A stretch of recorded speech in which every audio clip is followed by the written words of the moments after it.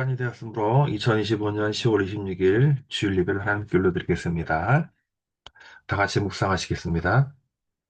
그러므로 이제 그리스도 예수 안에 있는 자에게는 결코 정죄함이 없나니 이는 그리스도 예수 안에 있는 생명의 성령의 법이 죄와 사망의 법에서 너를 해방하였습니다.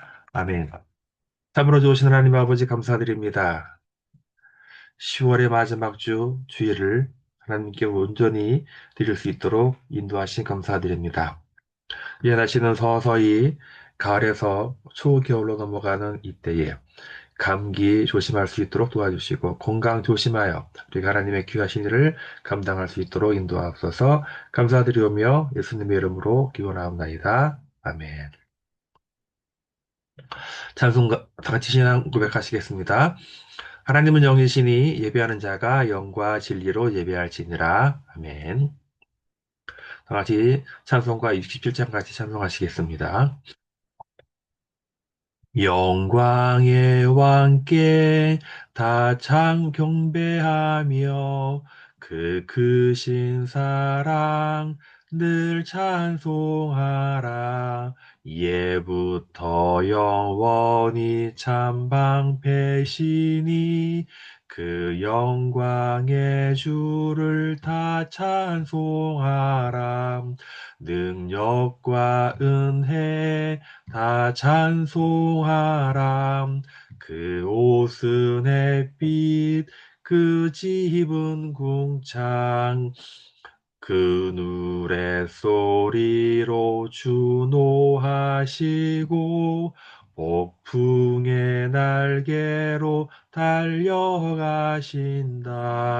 저 아름답고 놀라운 일이 가득한 이 땅 다 주의 조함 그 힘찬 명령에 더 잡히나니 저 푸른 바다는 옷자락이람 질그릇같이 연약한 인생 주 의지하여 늘 강건하림 온 백성 지으신 만왕이시니 그 자비 영원히 변함없어라.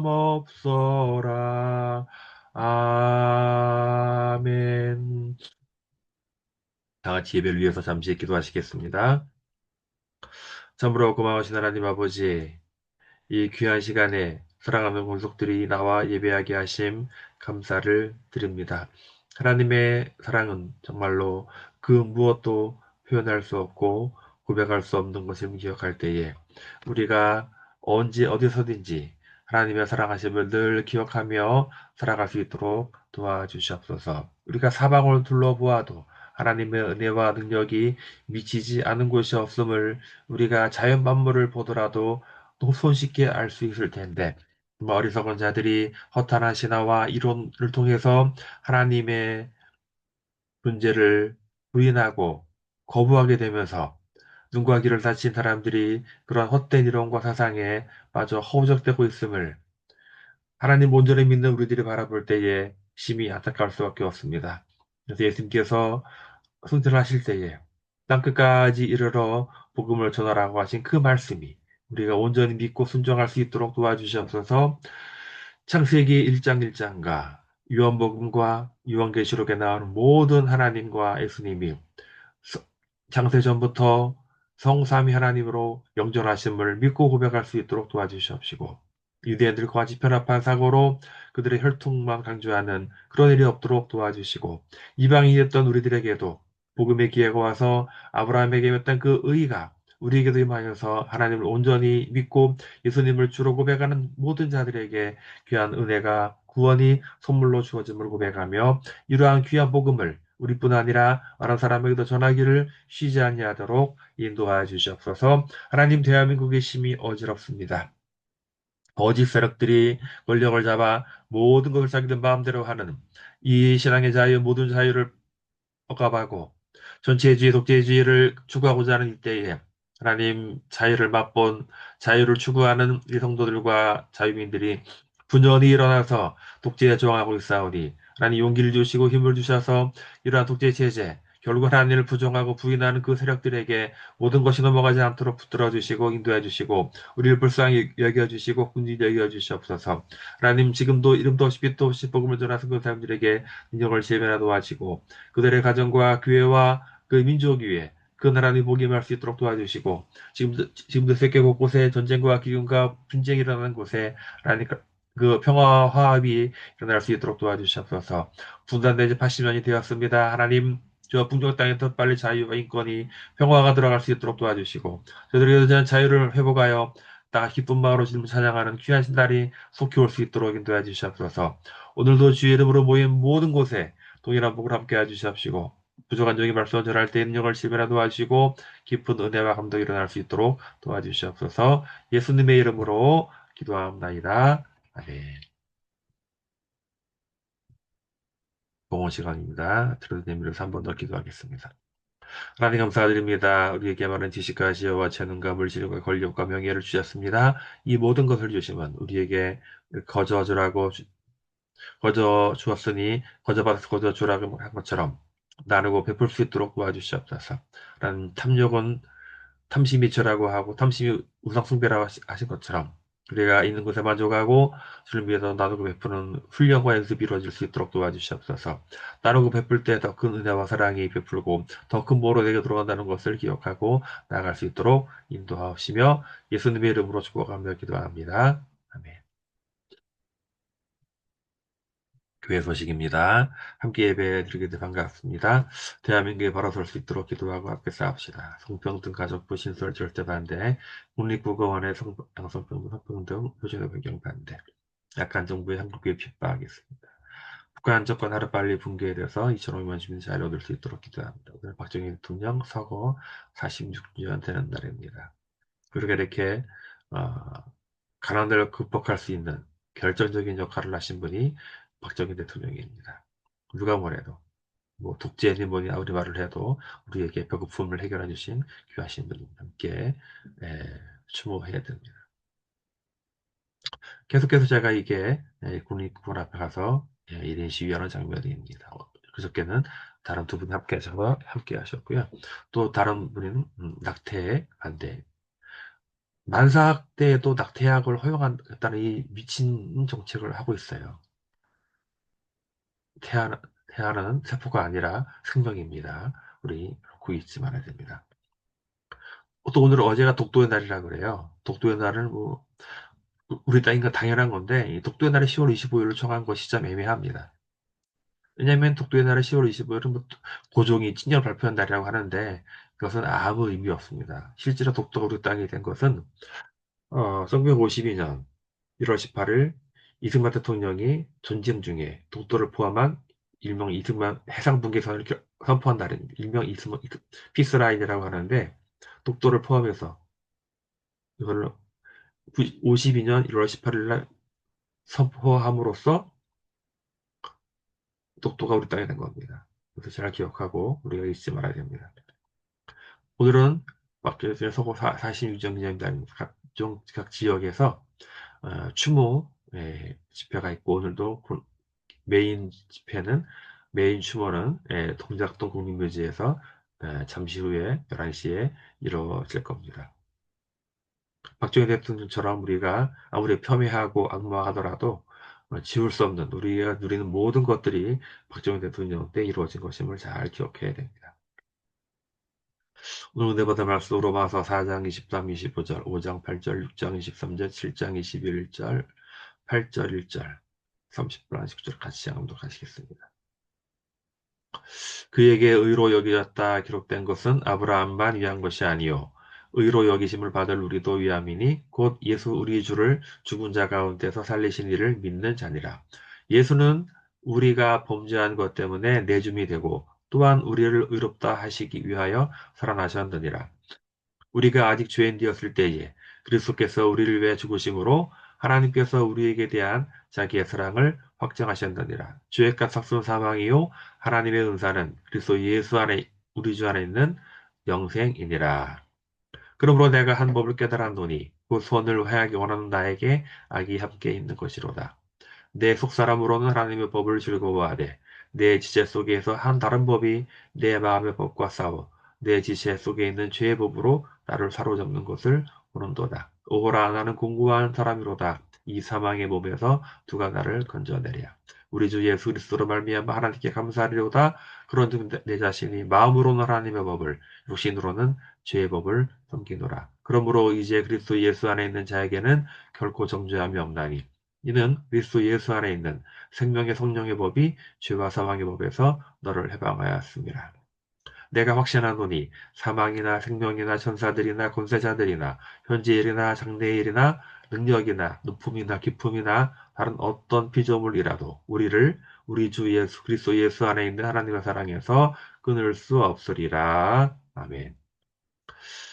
로마서 강의 총정리 두 번째로 쓰여 나사렛 예수 죽음보다 더한 사랑이라는 제목으로 함께 은혜를 나누기 원합니다. 지난번 총정리 때 우리 바울의 일생에 대해서 한번 알아봤습니다.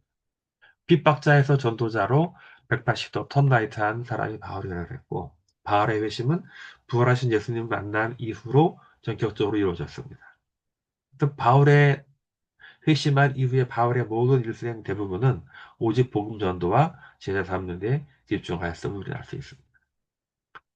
이 로마서는 바울이 로마를 방문할 수 없었기 때문에 기록된 거라고 했습니다. 바울은 로마로 가서 로마 성도들을 격려하고 위로하기 원했으나 계속 로마를 가는 길에 막혔기 때문에 할 수 없이 만나면 해주고 싶은 말을 기록한 것이 바로 이 로마서라는 얘기예요. 네, 정말 바울은 몰랐겠지만 그렇게 기록한 이 로마서가 오늘날 우리 모든 기독교 교리의 핵심이 되었다는 것. 바울은 이방인들과 유대인들에게 각각 다른 방식으로 전도합니다. 유대인들에게는 유대인 방식으로, 이방인들에게는 이방인 방식으로. 핵심은 오직 나사렛 예수가 유일한 구원자이고 메시아임을 알려드립니다. 오늘은 이제 두 번째 이어서 바울은 유대인들의 그 편협한 혈통주의, 할례, 뭐 율법 이런 걸 깨뜨리기 위해서 아주 그들도 익히 알고 있는 상식을 우리가 이야기합니다. 바로 뭐예요? 아브라함이잖아요. 유대인들은요, 자신들이 아브라함의 자손이라는 걸 굉장히 자랑스러워합니다. 아브라함 때에 할례가 시작되고, 할례는 언약 백성의 징표이기 때문에 우리만 할례 받았다. 우리는 좀 하나님의 거룩한 백성들이다. 나머지 너희들은 다 이방인이요, 잡시래기들이요. 이렇게. 심지어 유대인들은요, 자신들을 정치적으로 지배하고 있는 로마인들까지도 무시했어요. 물론 겉으로 무시하지 않았지만 구원에 관한 한 저들도 이방인일 뿐이다라고 묘시하는 거예요. 우리가 가장 흔히 볼 수 있는 멸시는 뭐예요? 사마리아인의 무시, 사마리아. 유대인들의 사마리아인의 무시, 상상을 초월했습니다. 자, 사마리아가 뭐냐면, 이 유대와 갈릴리 사이에 있는 이 지역을 사마리아라 불러요. 사마리아를 왜 유대인들이 경멸하고 싫어하느냐? 역사가 있어요. 주전 720년에 북이스라엘이 아시리아에게 망하죠. 그래서 아수르가 북이스라엘을 다 멸망시키고 수많은 포로들을 잡아갑니다. 물론 남겨둔 사람도 있어요. 다가가고 이 빈 땅에 여러 이방인들을 다시 보내요. 그래서 이제 남아있는 여자 유대인들과 이방인들이 섞여서 혼혈화가 되는 거죠. 그 혼혈 자손이 바로 사마리아인인 거예요. 근데, 이게 다행인지 아닌지 모르겠지만 이 유대 여성들이, 이스라엘 여성들이 비록 이방인들과 강제로 혼인했지만 그들 자녀에게는 이스라엘 하나님을 가르친 거예요. 율법을 가르치고 하나님을 가르친 거예요. 그러니까 사마리아 사람들도 하나님을 알아요. 하나님을 믿어요. 우리 조상, 그들도 그들 조상 야곱이라고 말해요. 근데 유대인들은 혈통주의를 주장하기 때문에 순수하지 못한 이미 이방인의 피가 섞여버린 사마리아는 인간이라 취급을 해버려요. 그래서 만약에 유대에서 갈릴리 지역으로 갈 일이 있으면은 사마리아 통과하는 게 가장 빠른 길이거든요. 근데 일부러 안 가고 요단강을 건너서 베리아 쪽으로 해가지고 이렇게 우로 올라가. 이런 걸 불편함을 감수할 정도로 사마리아인들을 멸시하고 무시하고 싫어했어요. 근데 중요한 것은 이 복음서에 보면요.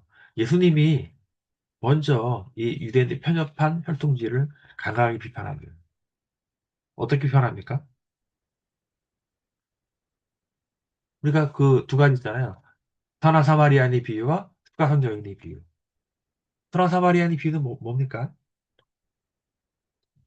어느 날 한 율법사가 예수님 찾아옵니다. 그러면 자랑스럽게 선생님 어떻게 하면 내가 영생을 얻을 수 있겠습니까? 라고 물으면 예수님이 뭐라고 말하냐면은 한 비유를 들어요. 한 사람이 예루살렘으로 해서 여리고로 내려가다가 강도를 만났다. 강도들이 그를 다 재물을 뺏고 거의 때려 폭행하며 죽게 된 것을 걸어도 도망갔다. 마치 거기에 제사장이 지나갔는데 강도 만난 자를 그냥 보고 지나갔어요. 두 번째로 한 레위인도 지나가는 강도를 만난 사람 만났는데 모른 척하고 지나갔어요. 세 번째, 사마리아인이 지나갔는데 강도 만난 자를 보고 내려서 포도주로 그 상처를 싸매주고 그다음에 물을 먹이고 인근 주막에 가가지고 환자를 그 사람을 데리고 와서 돈을 주면서 부탁합니다. 내가 지금 어디 급히 여행 중이니까 대신 돌봐주시오. 돈이 부족하면 내가 갔다 올 때 다 더 주리라.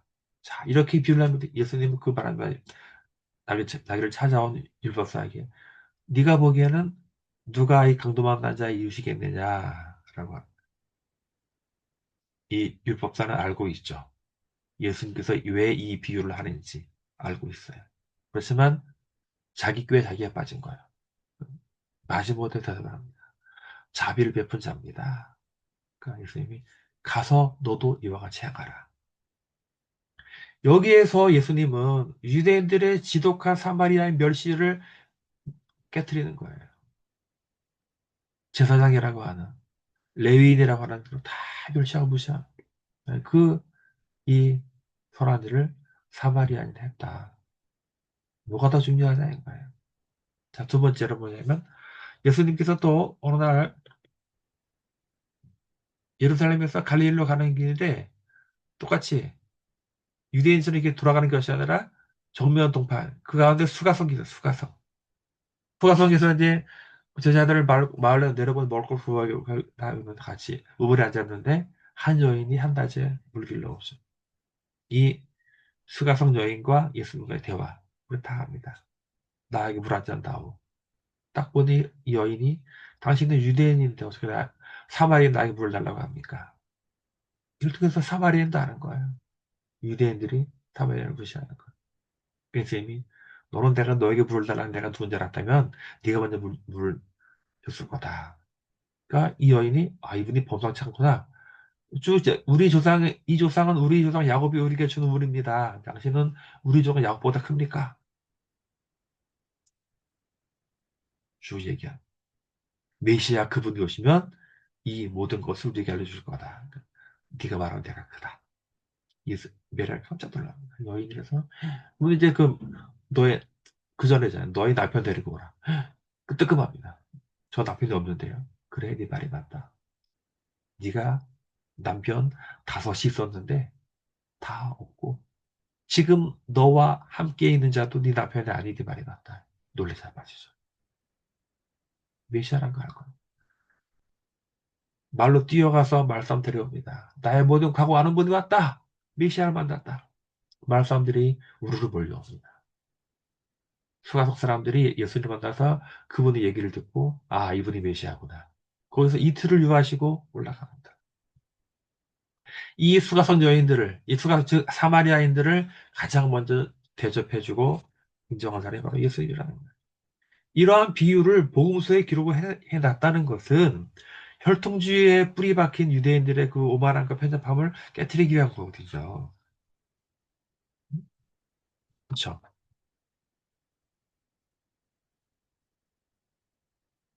즉 유대인들은 쓸데없는 혈통주의 선민 세상에 빠져가지고 진정한 복음을 알지 못하였다는 거예요. 심지어 바울 자신도 그랬잖아요. 예수를 만나기 전에는 그도 혈통주의, 율법주의에 빠져가지고 예수님을 나사렛 이단으로 바라본 거 아닙니까? 나중에 바로 회심하고 복음을 이방인들에게 적극적으로 전한 이유가 바로 여기 사실 바울은 복음을 유대인들이 먼저 전하였지만 그들이 거부하였어요. 바울도 답답하죠. 근데 이해해요. 자기도 예전에 그랬으니까. 몇 번 계속 했는데 유대인들이 거부하니까 이방인들에 간 거예요. 이방인들은 오히려 마음이 열려 있어요. 그들은 종교성이 많기 때문에 종교 얘기를 하는데 쓱 들어오니까 그 중에 이제 진정하시는 사랑의 손을 만든 것이 있지 않다. 그렇게 얘기하니까 그들이 복음을 잘 받아들인 거예요.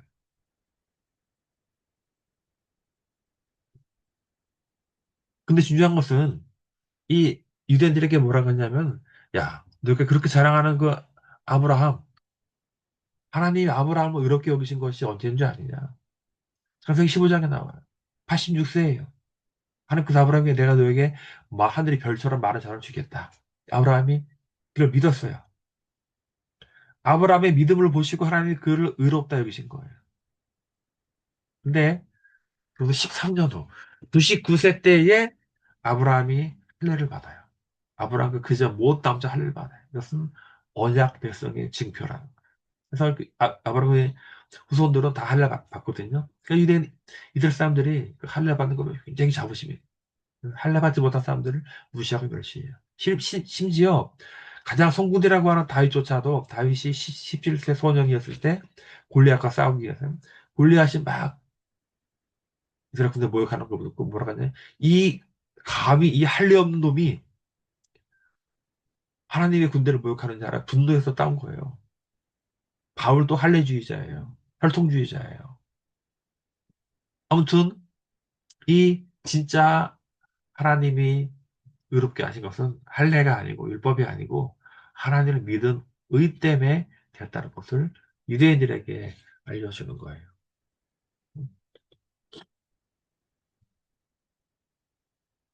더 나아가서 예수님에 대한 바울의 인식이 단지 나사렛 예수 출신 선지자나 의인 정도가 아니라 완전한 하나님으로 예수님을 인식했다는 것이 나와 있어요. 우리가 5장 8절을 같이 읽었습니다. 우리가 아직 죄인 되었을 때에 그리스도께서 우리를 위하여 죽으심으로 하나님께서 우리에 대한 자신의 사랑을 확정하셨느니라. 우리 인간은 모두 피조물이라는 거예요. 우리 그리스도의 대속적 죽음이 우리에 대한 하나님의 사랑을 확정했다는 거예요. 구약의 아가서 보면은요, 사랑은 죽음같이 강하고 그러는 거예요. 하나님께서 우리 인간에 대한 사랑이 너무나 커서 그 아들 독생자까지 죽이시면서까지 우리를 사랑한다는 거예요. 그것도 우리가 잘나서 선한 일을 많이 해서 깨끗해서 의로워서가 아니라 여전히 죄 가운데 있을 때 우리가 아직 죄인 되었을 때에 하나님께서 우리에 대한 사랑을 보여주신 것이 바로 그리스도의 대속적 죽음이라는 거예요. 바울은요, 아담과 예수님을 비교합니다. 말씀 읽어볼게요. 그런즉 한 범죄로 말미암아 많은 사람이 정죄에 이를 것 같이 아담이죠. 한 의로운 행위로 말미암아 이건 예수님이죠. 많은 사람이 의롭다 하심을 받아 생명에 이르러가느니라. 한 사람이 순종하지 아니함으로 아담의 범죄죠. 많은 사람이 죄인된 것처럼 한 사람이 순종하심으로 십자가 죽으심이죠. 많은 사람이 의인이 되리라. 아담은 모두 인류를 대표합니다. 아담의 죄는 모든 인간의 죄를 말합니다. 하나님이신 예수님의 순종적인 희생으로 많은 사람이 죄인에서 의인으로 바뀌었다는 것. 그러니까 성경은 성선설, 성선설이 아니라 성악설인 거예요. 죄를 지어서 죄인이 아니라 죄로 태어나서 죄인인 거예요. 그 내가 꼼짝할 수 없는 거예요. 선택할 수 없는 거예요. 아담이나 모든 인간들은 죄인인 거예요. 이것을 고백하고 인정하느냐 안 하느냐 중요한 거지. 우리 모두 죄인이라는 거. 인간의 머리에서 도저히 이게 상상할 수가 없는 것이죠.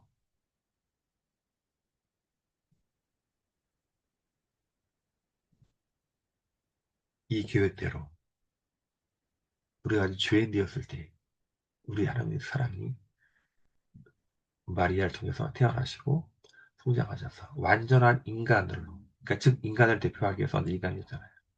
완전한 인간이 되었어요. 예수님은. 아픔도 배고픔도 고통을 느끼셨던 완전한 인간이셨어요. 그러니까 금식하실 때 마귀가 시험 받으잖아요. 네가 왜 하나님의 아들이거든 돌을 떡으로 만들어 먹어. 배고픈 거예요. 예수님은 바리새인들의 유전에 분노하셨어요. 감정이 있으신 거. 완전한 사람이라는 거. 그 아담이 범죄함을 사람으로 보신 하나님 그리스도가 대신 죽어주심으로 우리의 죄를 다 대속했다는 얘기입니다. 근데 이거 종합적인 관계를 뭐라고 말씀하냐면은 이렇게 나와요. 주행삭승 사망이요. 하나님의 의사는 그리스도 예수 안에 있는 영생이니라. 가끔 이게 복음을 쉽게 이해하기 위해서 비유하는 것들이 있습니다. 어느 나라에 아주 인자한 훌륭한 왕이 있습니다. 많은 백성들이 그 왕을 존경하고 따랐습니다. 그 왕은 백성들의 한없이 자애롭고 인자한 왕이요. 다만 죄를 지은 사람한테는 아주 가차없이 엄하게 대했던 왕이었요. 공과 사를 구분했다는 거죠. 그래서 백성들이 더 존경하고 따랐어요. 항상 공명정대하였기 때문에 어느 날 이 왕에게 딱 외아들이 있어요. 이 왕자가 있었는데 이 이상하게 왕자는 아버지 왕을 닮지 않아서 대망난이었어. 제멋대로 해. 법도 어겨. 왕이 고민이 크신 거야. 백성들은 아니 왕은 우리에게 다 법을 어기게 적용하는데 왕자는 저렇게 망나니냐. 왕이 뭐라고 하죠? 딱 칭정을 내립니다. 앞으로 이날 이후로 이러이러한 죄를 지은 사람은 내가 두 눈을 뽑아버리겠다. 선포합니다. 절절. 백성들은 아무도 안 어기죠. 왕자는 눈에 뵈는 게 없어. 이런 법이 선포되었음에도 불구하고 또 그런 죄를 저지른 겁니다. 왕이 되어놓은 왕자 잡아와라. 왕자가 잡혀왔습니다. 백성들이 관심이 있어. 야, 왕께서 왕자를 어떻게 하시는 건가? 헷갈립니다. 에이, 설마 자기 왕자한테 두 눈을 뽑겠어? 나도 그렇게 생각하는데, 야, 그래도 어떻게 해. 왕은 지금까지 우리에게 신소리 한 번도 안 했어. 왕이 잡혀온 왕자를 향해서 여봐라. 직접 가서 왕의 한쪽 눈을 뽑아버립니다. 경악을 하죠. 왕자도 경악을 하고 백성도 경악을 하고 왕은 단호하게 자신의 칼을 가시고 왕자의 눈을 뽑아버립니다. 와, 저 정도였어. 근데 더 경악할 일이 벌어집니다. 자신이 손수 왕의 눈을 뽑아버린 그 즉시 그 칼로 자신 한쪽 눈을 뽑아버린 왕의 눈을 경악하죠. 자, 이것이 뭘 의미하느냐? 왕은 법의 지엄함을 왕자와 모든 사람들에게 손수 보여주었어요. 둘은 뽑아버리겠다. 두 개 뺐잖아요. 그러면서도 왕자가 두 눈을 뽑혀서 장님이 되는 것을 막기 위해서 스스로 자기의 한쪽 눈을 뽑아버린 거예요. 왕자에 대한 왕의 지극한 사랑을 표현한 겁니다. 마찬가지로 우리에 대한 하나님의 사랑이 바로 이와 같다는 거예요. 자기 외아들 독생자 예수를 죽기까지 내어 주기까지 우리를 우리가 죄인인데 여전히 죄에 허덕이고 있는데 내가 죄인인조차 모르고 있는데 우리를 위하여 자기 아들을 대신 죽어준 겁니다.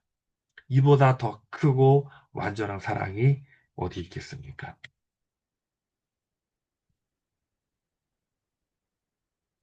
근데 바울이 반전의 이야기를 합니다. 우리가 이렇게 예수님을 인식해서 믿고 고백해서 의인이 되었다 이거예요. 그런데 여전히 우리가 그 죄를 짓거든요. 설명이 안 되는 거. 나 분명히 구원받았는데 여전히 내 속에서 나 옛사람이 남아있는 것을 바울이 깨달은 거야. 대사도 바울조차도 그걸 깨달은 거야. 바울이라고 그 마음에 이기심, 탐심, 욕심이 없었겠습니까? 그 마음 도살인 거야. 이미 자기가 다 벌었다고 생각했는데도 여전히 질투와 시기와 미움과 사랑, 그 외의 모든 죄악들이 여전히 도사리고 있는 것을 보라. 갈등을 하고. 도대체 이게 무슨 일일까? 나 이 구원받았는데.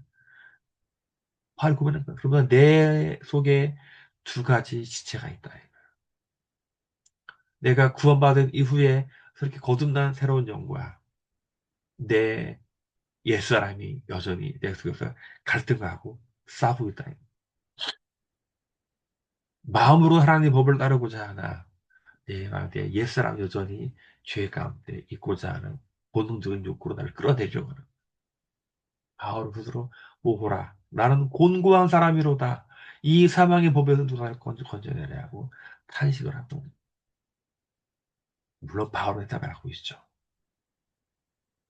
그 즉시 바울은 8장 1절에 뭐라고 하냐면 그러므로 이제 그리스도 예수 안에 있는 자에게는 결코 정죄함이 없나니 이는 그리스도 예수 안에 있는 생명의 성령의 법이 죄와 사망의 법에서 우리를 해방하였습니다. 바울이 깨달은 것은 바로 성령 하나님입니다. 태초부터 성삼위 하나님께서 존재하셨지만 구약 시대에는 아주 간헐적으로 특별한 경우에만 임재하셨는데 신약 시대에는 예수님 오신 이후로 부활하신 이후에는 아주 일상적으로 본격적으로 임재하시기 시작한 거예요. 이 성령님께서 우리를 임하시면 그러잖아요. 오순절날 제자들에게 임하니까 그들이 깨달은 거예요. 아, 예수님께서 생전에 하신 말씀이 다 기억난 거예요. 산상국 교훈부터 모든 가르침의 내용들이 다 떠올라서 결국은 예수님이 메시아가 맞구나. 이걸 깨달은 거예요. 그러니까 성령님께서 우리 깨닫게 하시는 거예요. 우리를 죄인으로 인정하게 하시고 오직 예수님을 통해서 구원받게 하신 것을 알게 하셔서 우리를 북돋아 주시고 굳게 하신다는 거예요. 이미 성령 안에 우리가 해방되었기 때문에 더 이상 우리를 정죄하지 않는다. 정죄할 필요도 없다. 그 얘기하는 거예요. 결코 정죄함이 없다니. 이런 죄책감, 미안함, 갈등, 고민 할 필요가 없다는 거예요. 더러 우리가 연약해서 기도할 힘조차 없을 때 우리 안에 내주하신 성령님께서 우리를 위해 대신 기도하고 간구하신다는 거예요. 우리의 연약함을 도우신다는 겁니다. 바로 이런 이겁니다. 그러므로 같이 읽어보겠습니다. 내가 확신하노니 사망이나 생명이나 천사들이나 권세자들이나 현지엘이나 장래일이나 능력이나 높음이나 기품이나 다른 어떤 피조물이라도 우리 주 예수 그리스도 안에 있는 사는 사랑에서 얻을 수 없느니라. 우리가 이런 확신을 가지고 살아갈 때에 우리는 영적 싸움에서 승리할 수 있는 것입니다. 단호하고 확고하게 우리를 향하는 사랑이 끊을 것이 아무것도 없다. 심지어 천사라도 안 된다는 얘기입니다. 그런 확신을 가지고 바울이 가진 확신이 우리에게 있기를 간절히 축원합니다.